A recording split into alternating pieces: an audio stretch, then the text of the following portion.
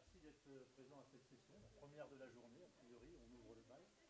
Je m'appelle Frédéric Passon, Bruno Cornet, que vous connaissez sans doute mieux que moi, parce que lui, c'est un... Par la suite, C'est parce que je suis plus vieux, c'est pour ça. Voilà. On est tous les deux d'HPE, Hewlett Packard Enterprise. On vient tous les deux de Grenoble. Et on va vous présenter ce matin une petite session qu'on a déjà donnée à quelques endroits sur ProcMail REST API. Et en vous expliquant un peu le travail qu'on a fait autour de ça. Donc moi, ça fait 20 ans que je suis chez HP. J'ai toujours travaillé dans la gestion d'infrastructures, l'automation, le cloud quand c'est arrivé chez HP. Je fais un petit peu de développement, mais pas grand-chose. Je m'amuse avec des systèmes IFI. J'essaie de construire des streamers IFI avec du Linux, des solutions comme Volumio par exemple, ça c'est rigolo. Et je fais partie d'un programme chez HPE qui s'appelle le HPE Dev Community. Et donc, une seule URL à reconnaître, c'est celle-là, hpedev.io. Et donc, on essaye de former une communauté de développeurs au sein d'HPE et à l'extérieur. Et au sein de ce programme, je suis en charge d'un outil qu'on appelle le HackShack, qui est l'endroit où les développeurs viennent quand on faisait des événements physiques. On invitait les gens à venir nous rencontrer à cet endroit. On faisait des ateliers avec eux. Et à cause de la pandémie, bien évidemment, on a transformé ce HackShack en quelque chose de virtuel. Et tout le travail qu'on a fait autour de ce HackShack virtuel pour délivrer des workshops, enfin des ateliers en ligne, c'est ce qui a permis la création de ce REST API, ce ProcMail REST API.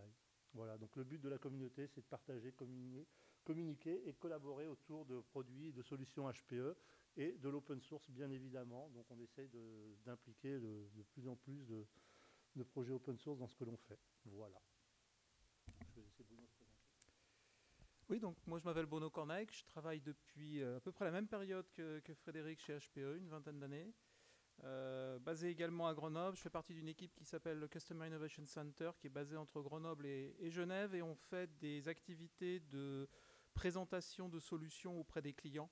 On fait des workshops, on fait des proof of concept, maquettage, puisqu'on a un data center autonome sur lequel on peut modéliser en fait les infrastructures des clients et puis leur montrer les solutions que l'on peut déployer pour résoudre les problèmes qu'ils nous remontent. Et puis je traîne dans le secteur de l'open source depuis 1993. J'ai été project lead sur différents projets. Là, je vais être un peu sur le stand Mageia, par exemple, le restant de l'événement, puisque je suis un contributeur également sur ce projet-là. Et puis à côté de ça, je fais aussi de la musique, mais pas dans le même domaine. Moi, je fais de la musique en vrai, c'est-à-dire que j'émets du son moi-même. Et je ne fais pas que en écouter, mais j'aime bien en écouter aussi.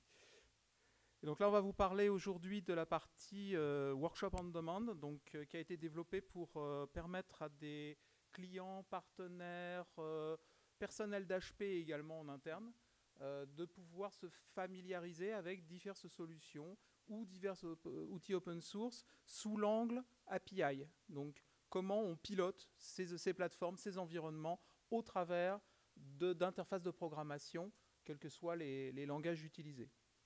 Voilà, donc l'expérience utilisateur est assez simple en fait, elle est en 3 parties. La première, c'est s'enregistrer. Donc, on a un portail web qui est disponible sur lequel le participant va donc s'enregistrer, il va mettre son nom, son email, le nom de sa compagnie. Il va accepter les termes et conditions d'utilisation de ce portail. On va lui fournir une plateforme pendant une durée de temps qui varie entre 2 et 4 heures. Une fois qu'il sera enregistré, en fait, le portail, à travers l'API ProcMail dont on va vous parler, va interagir avec un back-end qui contient un Jupyter Hub, un ensemble de playbook Ansible et de scripts bash. Et à travers cette automation, on va fournir à l'utilisateur donc un notebook à travers sur le web. Et à partir de là, donc, le client va recevoir les informations dans un email. Il va pouvoir se connecter à son notebook, réaliser son workshop. Donc, alors, comme on disait, en interagissant avec un second back-end qui, lui, va être celui des endpoints. Donc, les endpoints peuvent être publics, peuvent être privés. Ça peut être des infrastructures HPE ou ça peut être des solutions logicielles.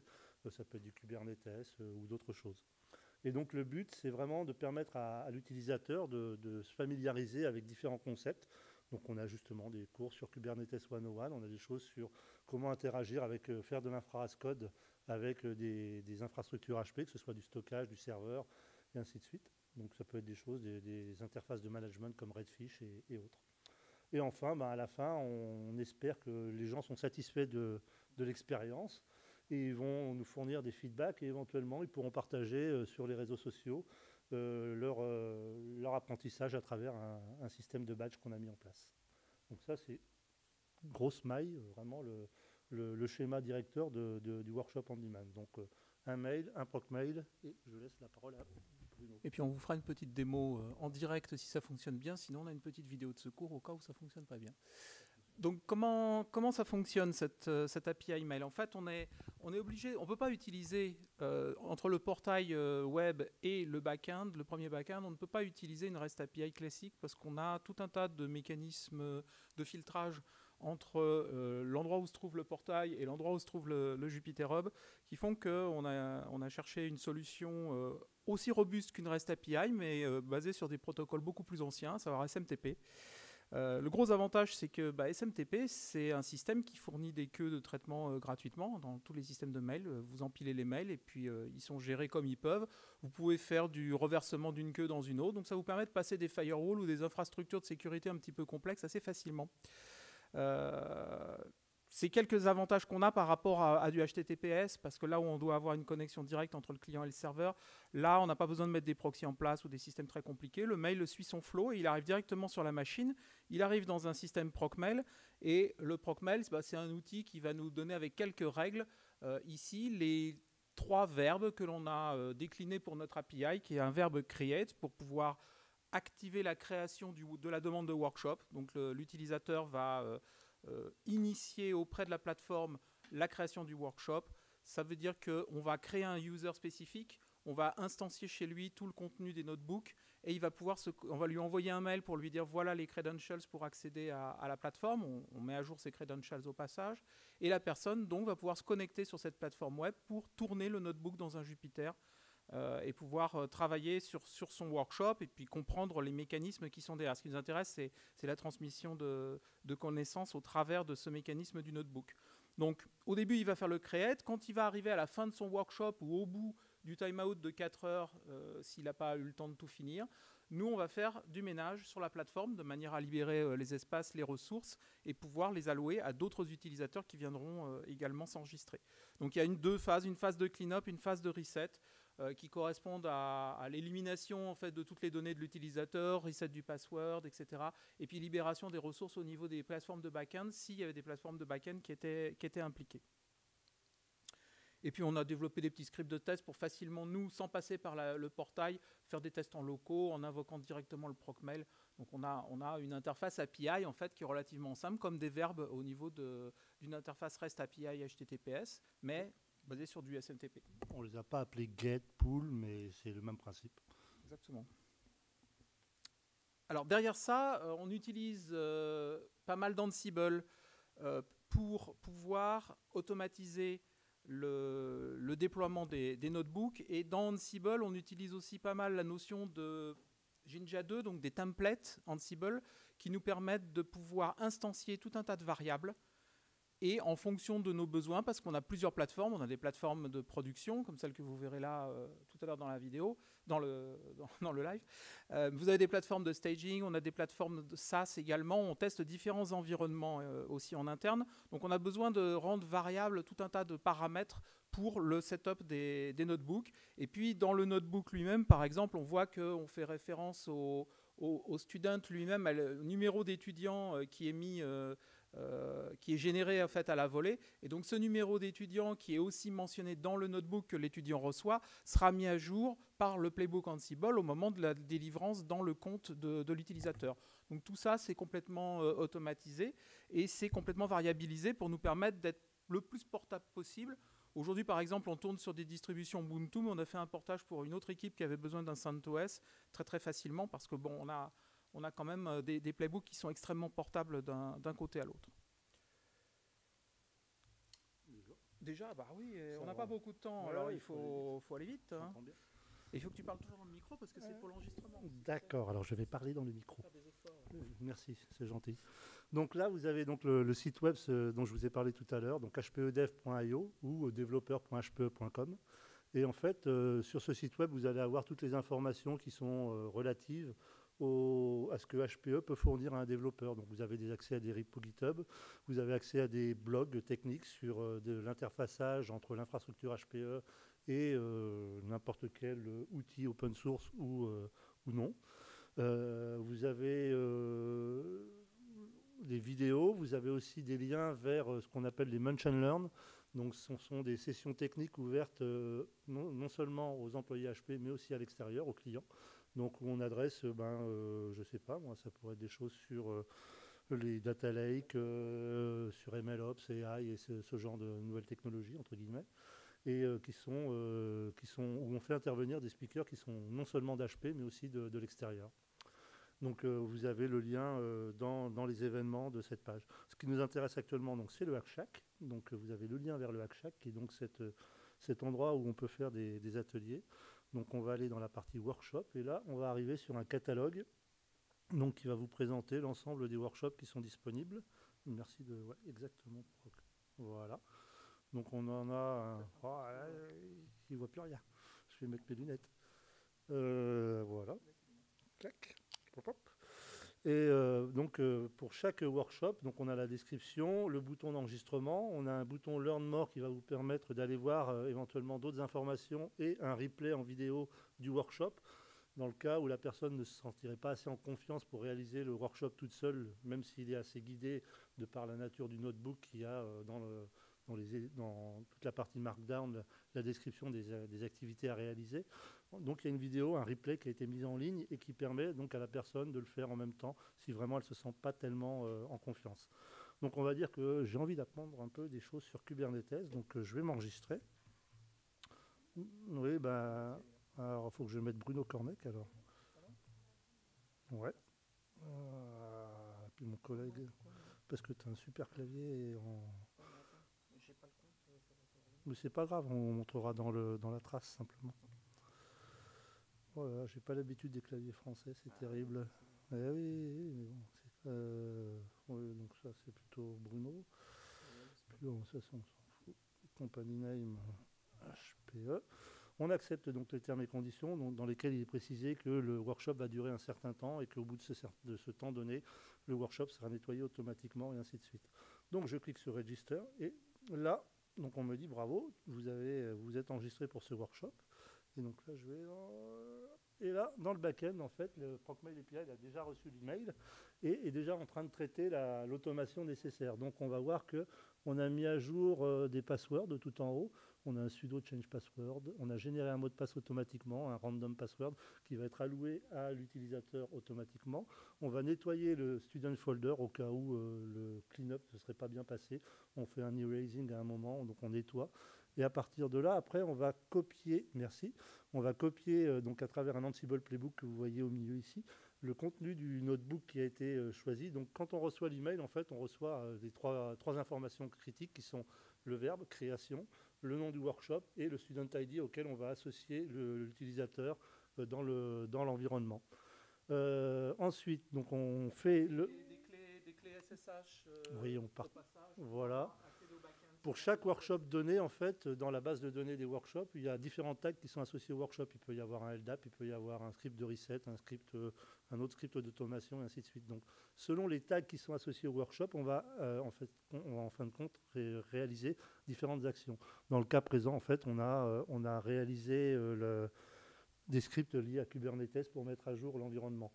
Une fois que ça c'est fait, on va informer le registration portal, enfin le portail d'enregistrement de toutes les choses que l'on a réalisées. Typiquement, le student devient actif, le mot de passe est le suivant, celui qui a été généré. Ce mot de passe va être attribué à l'utilisateur, va être envoyé par le portail d'enregistrement à travers un email, le deuxième email que le client va recevoir, ou dans lequel il va recevoir en fait le lien vers le serveur notebook, le serveur Jupyter, avec son student ID, son mot de passe, avec lequel il va pouvoir se loguer et réaliser son workshop.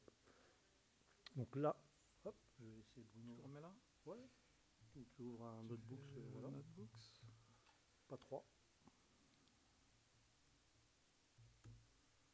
Voilà, et c'est student, je te laisse taper. Voilà. Et donc là, on se retrouve dans le notebook. Donc on va ouvrir directement un readme first, pardon, je m'écarte. On va ouvrir directement un readme first qui va donner les informations Ah oui, mais normalement, il n'y a pas de kernel sur celui-là, donc no kernel. Bizarre ça. Faut que je dise à Didier. Ok, et donc dans le README, en fait, on va délivrer les premières informations liées à l'utilisation des notebooks pour les personnes qui ne sont pas familières avec cet environnement, comment utiliser les cells et ainsi de suite. Et ensuite, on va directement partir sur les différentes parties du lab. C'est bizarre qu'ils les aient toutes enlevées quand même. Donc là, c'est du bash. Non, c'est du bash. Bon, ok. L'effet démo, comme d'habitude. Et donc là, on peut ensuite, c'est l'ensemble des séries de cells. Donc là, on va initialiser l'environnement Kubernetes, récupérer les informations sur le cluster, et ainsi de suite. Et on va tourner le workshop. Et donc là, vous voyez par exemple que le notebook a bien été instancié durant la phase Ansible en fonction des données qu'on récupérait par les variables d'environnement. De même que tout ce qui est gateway host, controller endpoint, tout ça est adapté en fonction de la plateforme sur laquelle on est en train d'exécuter les workshops, puisqu'on peut les déplacer à la demande. Donc là, après c'est un notebook Jupyter classique. On tourne les cellules, ça nous donne des chargements de variables au début, et puis après, ça va nous faire des opérations curl sur les... Tu les as pas tournées, en fait. Si, mais c'est à cause du no-kernel, je pense. Ah, mais oui, mais il faut qu'il passe en bash, normalement. Mais il veut pas. Bon. Alors, le fameux effet démo. Ouais. Bon, on va repartir sur la vidéo. Ça m'embête. Il va falloir que je corrige ça tout à l'heure. Hop, stop. Ouais, donc là, voilà, dans la vidéo, on vous montre qu'on reçoit les différents emails. Donc là, c'est le premier, le welcome email. Ensuite, il y a un deuxième email qui va vous donner les credentials, c'est le moyen de se connecter. Le troisième, excusez-moi. Le troisième email sera donc celui. On envoie un reminder en fait une heure avant la fin du workshop ou une demi-heure selon la durée associée. Donc on lui dit voilà, votre workshop va bientôt se terminer, sauvegardez votre travail. Et à l'arrière-plan, une fois que le temps est écoulé, on va réaliser les mêmes actions, mais on va détricoter tout ce qu'on a tricoté lors du déploiement du workshop. Oui, c'était tard, oui. Oui. Et donc voilà, ensuite on réinitialise les mots de passe, on réinitialise l'environnement, on vide le folder de l'étudiant et ainsi de suite. Ensuite, donc, on arrive sur le dernier email dans lequel on vous demande de fournir des feedbacks et éventuellement de partager votre expérience. Et voilà, donc après il y a un survey, comme je disais, et on remplit le survey et c'est à peu près tout. Après, on a donc le badge que l'on peut partager sur des réseaux sociaux. Voilou, je te laisse reprendre la main. Bon, juste en passant, l'interface ProcMail, en fait, c'est pas une interface API standard. C'est mon fils qui m'a expliqué ça l'autre jour, qui me dit ouais, c'est bien ton truc, mais une véritable API, le temps de latence est beaucoup plus bas et tout. Je lui ai répondu que dans notre cas présent, la latence, on en avait pas grand-chose à faire, parce que vu l'automation qu'on fait derrière, on n'est pas dans des latences microniennes, on va dire, donc c'est pas vraiment important, et le fait qu'on reçoive l'email suffit en fait. En fait, c'est une interface de vieux, faut être clair. Ça a été conçu par des vieux, pour des vieux, non, pas uniquement, non. Mais en fait, oui, la partie qui est intéressante, c'est que c'est complètement asynchrone. On n'a pas besoin d'avoir une communication directe entre le client et le serveur, parce qu'on n'a pas de temps de réponse important à tenir dans ce cadre-là. Donc c'était largement suffisant comme type d'API, et puis beaucoup plus robuste par rapport au modèle de sécurité qu'on avait, beaucoup moins compliqué à gérer. Et finalement, grâce à ProcMail, l'automatisation est extrêmement simple à faire. Donc, c'est juste en fait pour vous dire qu'il n'y a pas que la REST API dans la vie qui marche. Suivant les cas de figure devant lesquels vous vous trouvez, vous pouvez aussi utiliser des choses plus anciennes, mais qui sont relativement bien fonctionnelles et très robustes également, et qui peuvent vous rendre pas mal de services. Pour l'instant, tout ça, c'est géré sur des repos Git qui sont dans une zone privée de GitHub. On a 25 workshops opérationnels en production. Vous pouvez aller sur le site, de toute façon, et les tourner comme vous le voulez. On l'a dit, donc c'est basé sur une Ubuntu 20.04 pour le moment, avec tout un tas de kernels Jupyter. Donc c'est pareil, la construction de notre appliance elle-même est gérée par des playbooks Ansible.